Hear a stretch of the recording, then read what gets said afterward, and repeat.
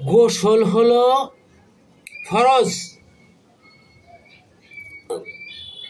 সারা অঙ্গ প্রত্যঙ্গ ধৌত করা।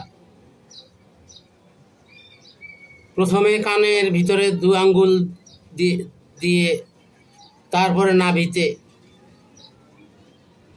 তারপরে কুলি করে কনুই পর্যন্ত, কবজি থেকে কনুই পর্যন্ত ধৌত করা, তারপরে পানি ঢালা।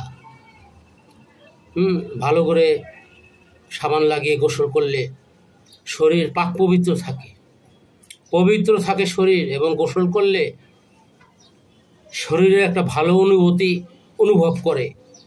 যদিও -10 ডিগ্রি হোক বা 12 ডিগ্রি হোক, 15 ডিগ্রি হোক, যত ঠান্ডায় তাপমাত্রা নিচেই নামুক, গোসল শরীরে একটা পরিবর্তন ঘটায়। এবং নামাজের চাইতেও ফরজ গোসল না করলে নামাজ হবে না। শরীর পাক পবিত্র থাকতে হবে। তাই গোসল মানে সারা শরীর ধৌত করা, এটা ঈমানের একটা অঙ্গ, পবিত্র ঈমানের একটা অঙ্গ। পাক পবিত্র থাকা, সবাই পাক পবিত্র থাকতে পারে না।